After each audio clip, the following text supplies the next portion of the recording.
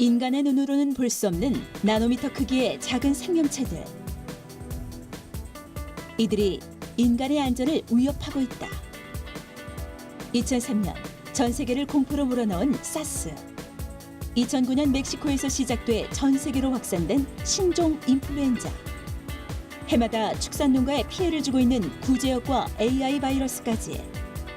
이처럼 계속되는 바이러스의 공격으로부터 인간의 안전을 지키기 위해 필요한 것은 철저한 예방뿐인데, 기존의 멸균, 살균 시스템과는 차별화된 방역 기술로 경쟁력을 키워가는 스타트업 기업을 찾아간다.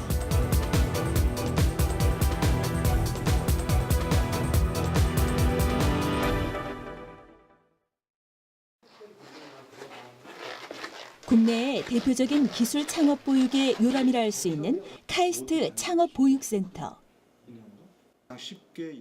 김석중 대표는 지난해 봄 이곳에 사무실을 열었다. 코팅 기법을 통한 새로운 바이러스 방역 기술을 가지고서다. 미국에 있는 작은 회사가 있었습니다. 이 회사에서 그 SVS라는 새로운 물질을 개발을 했고, 그거를 이제 시장에 내놓으려고 하는 단계에 이제 제가 그 정보를 얻고 한번 방문을 했습니다. 제가 이 제품을 시장화하는 것, 상품화하는 것에 대한 매뉴얼을 작성을 해주겠다라고 제안을 했고, 미국에서는 그 전에 비즈니스 관계가 저랑 한 6년 정도 있었기 때문에 그 일을 저한테 이름을 해줬습니다. 대학에서 생물학을 전공하고 졸업 후에도 생화학 분야에서 오래 일해온 김석중 대표가 새로운 바이러스 방역 기술에 관심을 갖게 된 것은 우연만은 아닐 터. 그가 국내의 방역 시장에 새롭게 들어온 방역 기술은 어떤 것일까? 다중이용 시설의 2차 감염 방지를 위한 바이러스 쉴드라고 할 수 있습니다. 편히 말씀을 드리면 코팅이라고 할 수 있는데요. 기존의 살균들이 부분적으로 살균을 하는 것에 비해서 저희는 전수를 다 코팅을 합니다. 그래서 바이러스들이 앉지를 못하게 하고, 또 그 앉은 자리에서 생육을 못하게 하고, 그 멸균 상태가 굉장히 길게 유지가 되는 것이 큰 특징이라고 할 수 있습니다. 이곳은 바이러스와 박테리아 방어 기술에 대한 연구가 진행되고 있는 연구실. 미국과는 또 다른 환경이기 때문에 국내에서도 기술 연구가 진행되고 있다. 처음 김석중 대표가 국내 시장에 이 방역 기술을 들여오면서 가장 어려웠던 일이 기존의 기술과는 차별화된 방역 기술이라는 점을 알리는 일이었다는데, 어떤 차이가 있는 것일까?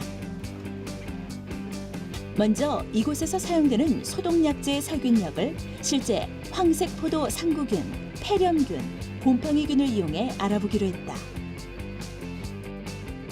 황색포도 상구균과 황색포도 상구균에 소독약제를 떨어뜨려 18시간 배양한 후의 모습을 비교한 결과다. 폐렴균에 대해서도 같은 실험 후 두 경우의 결과를 비교한 모습이다. 모두 90%에 이르는 살균력을 가지는 것으로 나타났다. 곰팡이 저항성에 대한 실험에서도 소독약제를 접종한 균사의 경우 더 이상 발육이 이루어지지 않았음을 확인할 수 있다. 소독약제의 강력한 살균력과 함께 또 하나 이곳의 핵심 기술로 꼽히는 것이 있다. 바로 스파이크 보호막 공법이다. 스파이크 보호막 공법은 탄소와 질소 원자로 머리카락 굵기의 1000분의 1에 이르는 스파이크 보호막을 만들어 그 표면에 닿는 바이러스나 박테리아를 제거, 이들에 대한 방어 효과를 장시간 지속시켜주는 기술이다. 카본 스파이크 공법을 이용을 해서 저희가 살균이나 박테리아나 이런 질병들을 저희가 살균 소독을 합니다. 근데 그 카본 스파이크라는 게 뭐냐면 그 카본이 뾰족뾰족하게 스파이크가 나와 있는 상태입니다. 근데 기존의 공기 중에 있는 살균이나 이런 것들이 박테리아가 그 카본의 뾰족한 부분에 맞닿게 되면 얘네들이 그 물리적인 힘에 의해서 얘가 터져서 세균을 없애버리는 그런 역할을 하는 겁니다. 기존의 방역 기술이 소독약제를 이용한 화학적 방법이라면 이곳의 방역 기술은 스파이크 보호막 공법이라는 물리적 방법까지 더해진 방역 기술이다. 때문에 기존의 방역과는 달리 이곳에서는 공기 중에 떠다니는 부유 세균을 대상으로 방역 작업을 하고 있다. 작업을 하는 코팅 기법이 벽면, 천정, 바닥, 기자재 이런 걸 다 코팅을 하거든요. 그렇다고 보면 부유세균이라는 것이 어차피 떠다니다가 어디에는 앉아야 됩니다. 그럴 때 그런 과정에서 저희 코팅면에 앉으면 사멸이 되는 거거든요.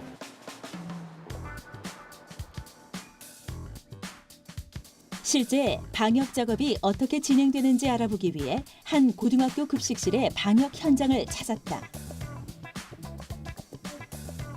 방역 작업을 위해 방제복을 입은 전문 인력이 투입되는데 먼저 벽면과 천장, 내부 시설에 대해 1차 살균을 시작한다.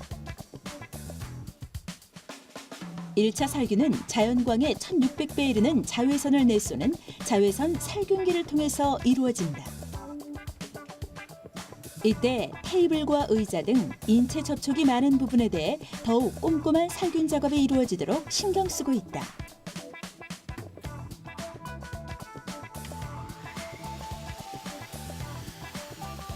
자외선 살균 후 초밀입 살포기를 통해 2차 방역 작업, 일명 방역 코팅이 시작된다. 초밀입 살포기로 소독약제를 정해진 공간에 도포하게 되는데 벽면, 천장, 바닥, 기자재를 중심으로 도포한다.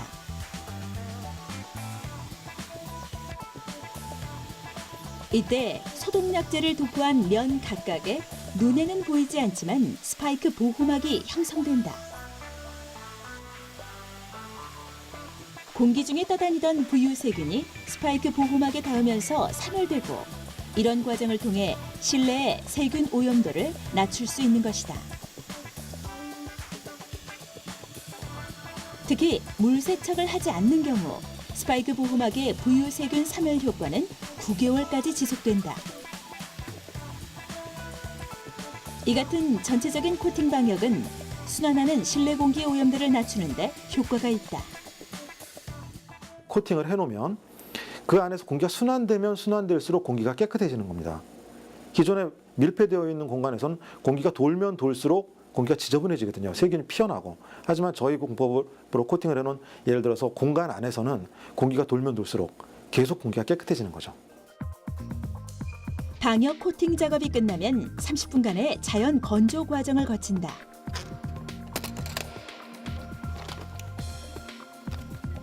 그 뒤에 이어지는 오염도 테스트.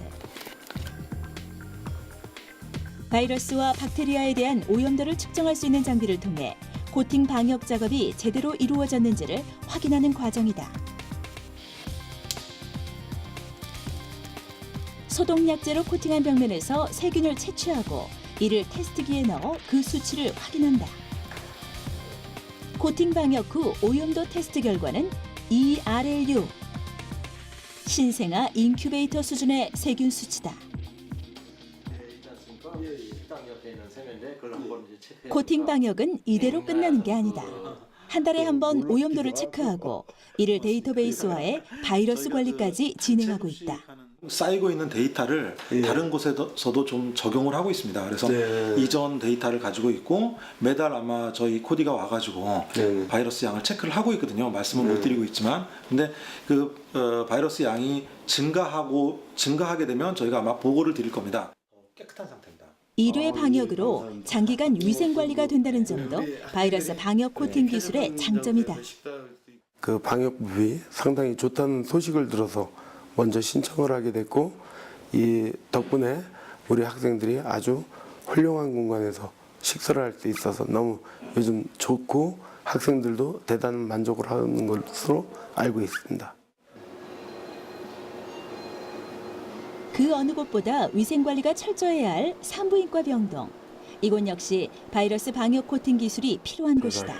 바닥으로 천장까지 다 유리면으로 보내드리고 나서 시스템 말리게 되면 일단 다시 깨끗하게 닦아야 되고요. 두께는 약 방역 작업 전 작업 과정에 대한 충분한 설명도 작업자들이 해야 할 일 중 하나. 천장을 다 들어갈 겁니다. 따로. 바닥에도 떨어지긴 하고 방역 작업의 시작부터 사후 관리까지 전 과정에 대한 친절한 설명을 놓치지 않는다. 그 결과물을 보여드리고 매달 한 달에 한 번씩 코디를 변경시켜 드릴 거예요. 또 하나, 소독약제의 안전성에 대한 설명도 빠뜨리지 않는다. 벽지가 울거나 색이 변하거나 그러진 않습니다. 병원을 비롯해 다수의 사람들이 이용하는 공중시설에는 바이러스 감염 위험이 항상 존재한다. 이에 대한 효과적인 방어는 지속적인 방역 작업뿐인데, 이런 점에서 바이러스 방역 코팅 기술은 상시 방역 체계의 구축 가능성을 보여주는 앞으로가 기대되는 기술이다. 기존에는 상시 방역 체계라는 거를 현실적으로 할 수 있는 약품들이 없었습니다.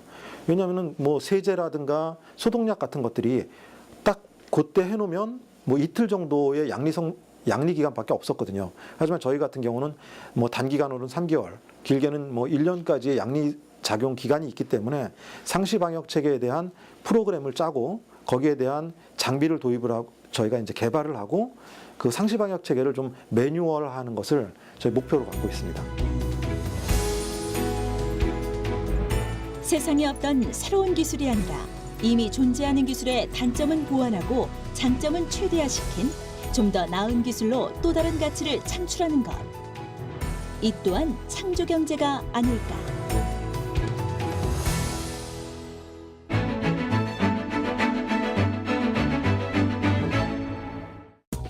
다양한 분야의 아이디어를 제안하고 공유할 수 있는 창조경제타운 공유 아이디어 공간의 베스트 아이디어를 소개합니다.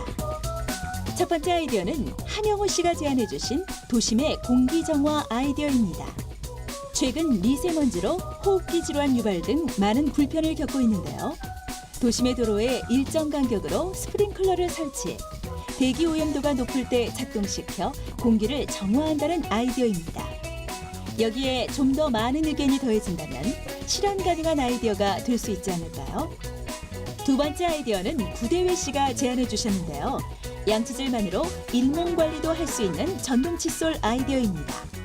구대회 씨가 제안한 전동 칫솔은 윗니는 위에서 아래로, 아랫니는 아래에서 위로 올바른 양치질을 위해 설계됐는데요.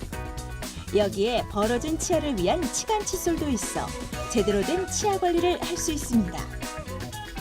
마지막 아이디어는 주석규 씨가 제안해 주신 반려견을 위한 의류 제작 아이디어입니다.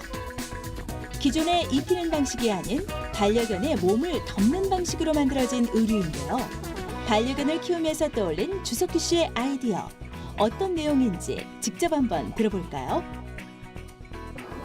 제가 애견을 키우다 보니까 기존의 애견들이 입혔던 옷들을 디자인이 마음에 안 들거나 사이즈가 작아져 버리면 버리게 되는 경우를 말 그대로 늘릴 수 있는 의류로, 그리고 새로운 디자인을 탈부착시킬 수 있는 의류로 아이디어를 구상해 보았습니다.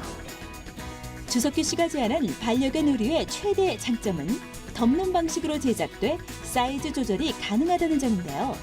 또한 탈부착 형식으로 만들어져 두 가지 의류를 겹쳐 다양한 분위기를 낼 수 있다는 것도 장점입니다. 바지랩 의류 위에 디자인 의류를 탈부착시키는 요소로 되어 있기 때문에 반려견들이 계절에 따라, 시기에 따라, 분위기에 따라 인형 의류를 교체하는 거라 생각하시면 됩니다. 생활 속 작은 아이디어부터 첨단 과학 기술까지 누구나 어떤 아이디어라도 제안할 수 있습니다. 창조경제타운 홈페이지 지금 바로 접속하세요.